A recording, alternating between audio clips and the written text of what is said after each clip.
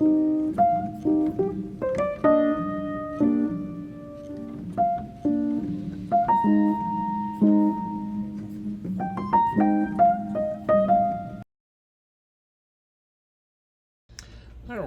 so these are the gluten-free, and apparently they were meatless, meat lovers pizzas before I janked them up.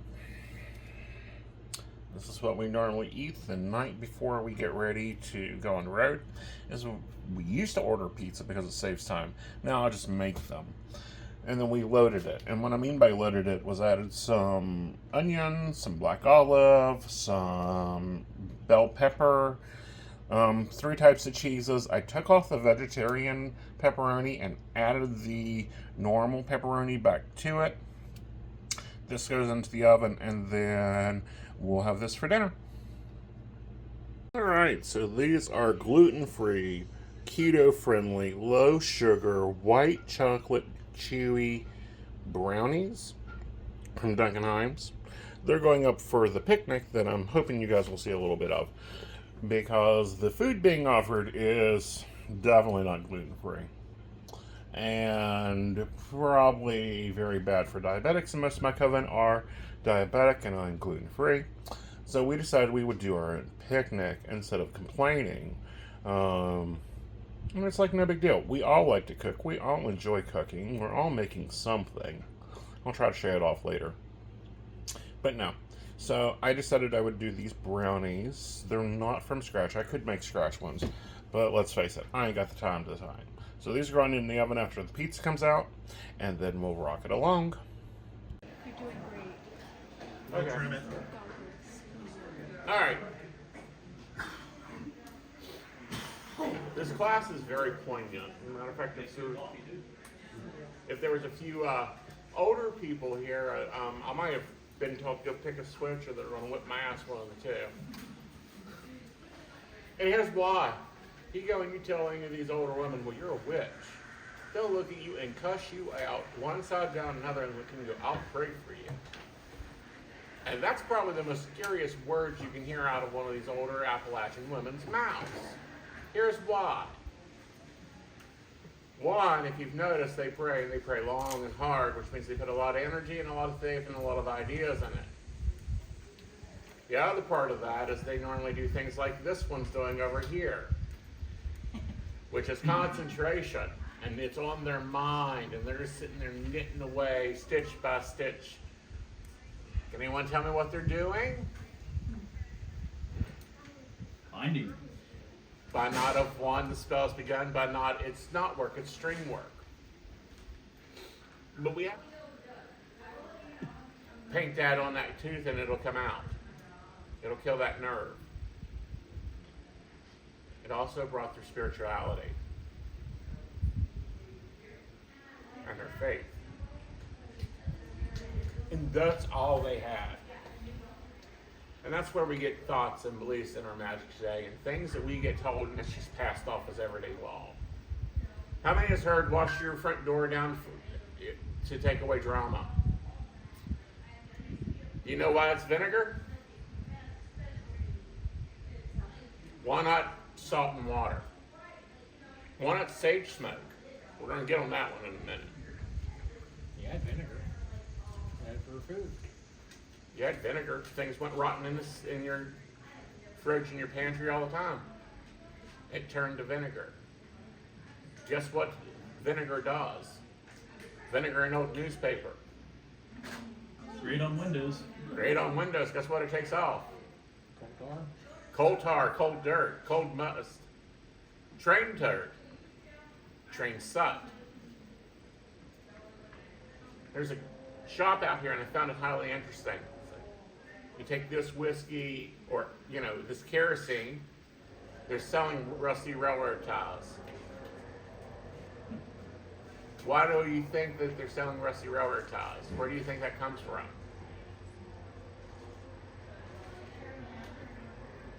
They put them at the corners of their houses.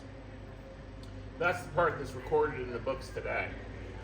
What's not recorded in there, that was the tie the house is down from floating off. because we were built so instantly. Appearance that Fluffy's in danger, which yeah, they're in danger of getting fat and sassy. We're gonna boil the children for fat, and I don't know, just curse and hex everybody around us. How do we change that perception? And then even for like paranormal, they hear that you do magic and paranormal, they aren't happy with Yeah, you. I'm an absolute loon then. Yeah. Oh yeah, I faced that wrath a lot. So how do we start changing those perceptions? Well, I'm gonna start with what I was. Know that shops are even in their area. I heard something today when I was at a vendor, and I'm like, "Are you nuts?"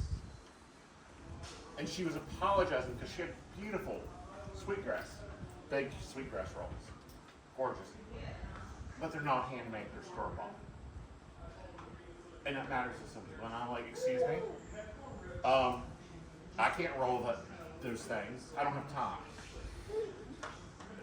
Where do you think that our pickiness and comes in at? Because if we look at our practicing pagan ancestors, they didn't get picky. They couldn't get picky. You take what you got. You work with what you got, what you can get. Feedback, talk, conversate about this. No, you either use what you have available to you, or you find a substitute for it. Yep. That's what our ancestors did. Right, but getting what I call snobby about it. There is no need for any of that. Nobody's better than anyone just because you can grow your own or order it or anything like that. If it's available to you in any form, you take it. Hi guys. What a weekend. Oh my god. So last time we talked was Friday, I believe. Yeah, I think it was Friday. Oh, I'm still trying to recover. So Saturday was Pagan Pride, Central West Virginia. Busy day. And it really was a very long day. I got up at like 5:30 p.m. Friday. Went all the way through with some parties and stuff, and done some Second Life and get the car packed. We leave out of here at 7 a.m. in the morning. Get like a 30-minute nap on the way up. And then get there. Wonderful day. Great speakers. I taught a class. Patreon got the unedited version. YouTube, you guys will get the edited version. There's some cleaning up I need to do, some things I want to do in general with it. Led a lovely pagan panel. Rituals were great. The highlight of the day was my coven packed a picnic, and they were so conscientious about it. Like everything was gluten free. There were separate utensils. It was fabulous. Someone made a potato salad. There was a fruit salad. Someone made bread. There was a beautiful dip that was delicious. I gotta get the recipe for that. So, done that. Then we came home and I crashed out. Like, as soon as we hit the road, I went to sleep. And I slept great. Oh my God. I have never understood this about me, but I can sleep more and better in the car most times than I can in the bed. And then the next day I woke up with an energy hangover. What I mean by that is I was just drained, and it felt like I had been on a 2-week drunk. Like my stomach was upset, my body ached, I was tired, I was groggy, and I go through this every big event, especially where I'm out of rhythm for them. So I'm going to be taking it a little easy this week.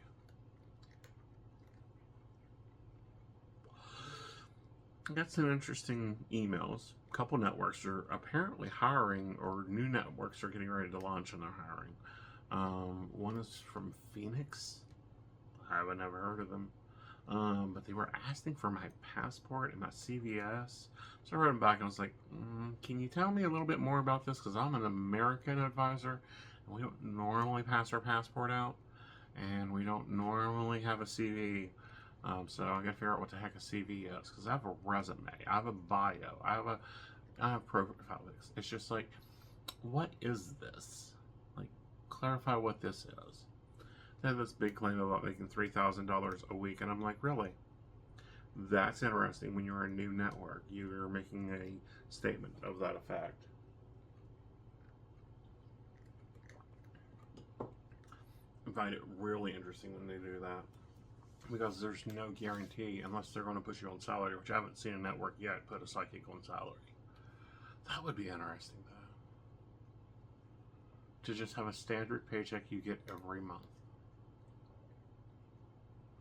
I think networks could do that. That would be interesting, but it would then put us into the employment thing, and they'd have to do benefits and yada yada yada, and a can of worms, which I can understand why they don't. But also, like, what happens if they're not busy? So, we'll see. We'll see what it is, where it goes to. But it was very interesting to actually do some more job applications, because it's been a while. I think the last one I added was Life Reader. So, it is what it is.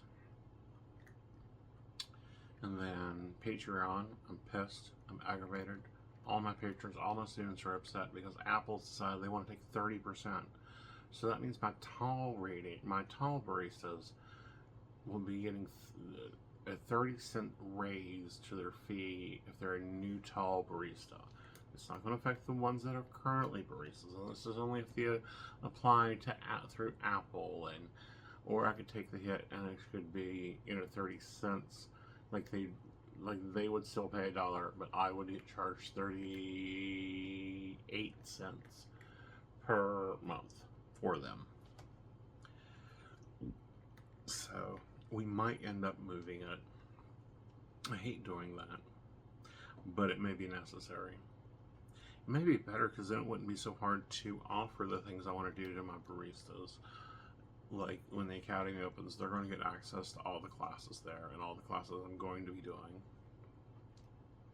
And they could just easily sit down and take those classes when they sign up. There's an option for that.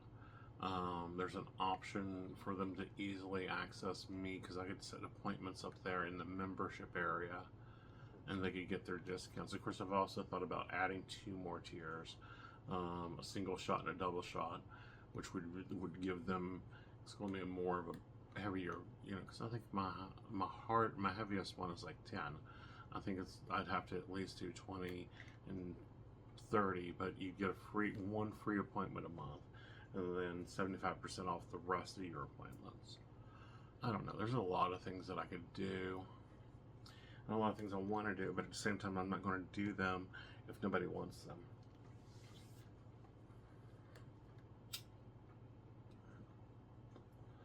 And then, like, the Coven members Patreon, that everyone's bucking on that one too, and I'm like, I agree, but this is what happens. Like, people don't get, like, when they launch an app on the platforms, they charge a fee. Google charges the same 30%. Apple charges the same 30%, and that's the whole thing. And apparently Patreon wasn't having to pay that, and now they are. I'm sure the psychic networks are paying it, which explains why our fees went up. But it's just like, this is a little bit past ridiculous. Nickel and diamond out the wazoo. So I don't know. I don't know if I'm going to shut the Patreon down and just run the academy. But I've got to get the academy ready to do that, because I'm not going to invite people over to join something when everything isn't in place for them. You know me, I like things clear. And then they have this thing called Buy Me a Cup of Coffee. Apparently that could be something that we could utilize. I'm going to look into that too. I think that is more like donation based, like you choose the donation. I don't think I'd be able to get the same perks that I could do for the academy, but I think it's an option that we could use instead of having them cash app us, or because I'm kind of tired of the cash apping thing. I want everything into one account so I don't have to have 40 different accounting books.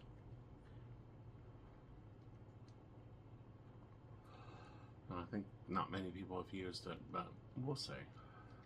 Like, things are changing, and I can feel the change coming. I can feel the work changing, and I can feel everything else changing. And it's just like, okay, let's draw the line. This is what I can do. And if it doesn't work, then, we don't do it anymore. So, we'll see where that's at. And see how that goes.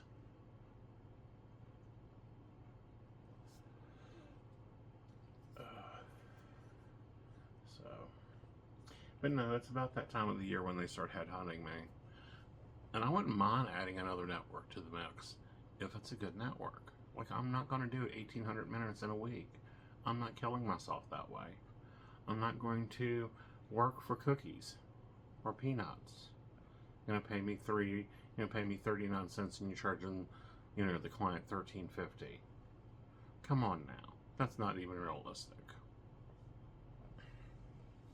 So, I don't know. Thought about just blowing everything up and starting over. And that gets dangerous when you get into those thoughts of blowing everything up. Or ending everything and just going straight to just pushing my own site. What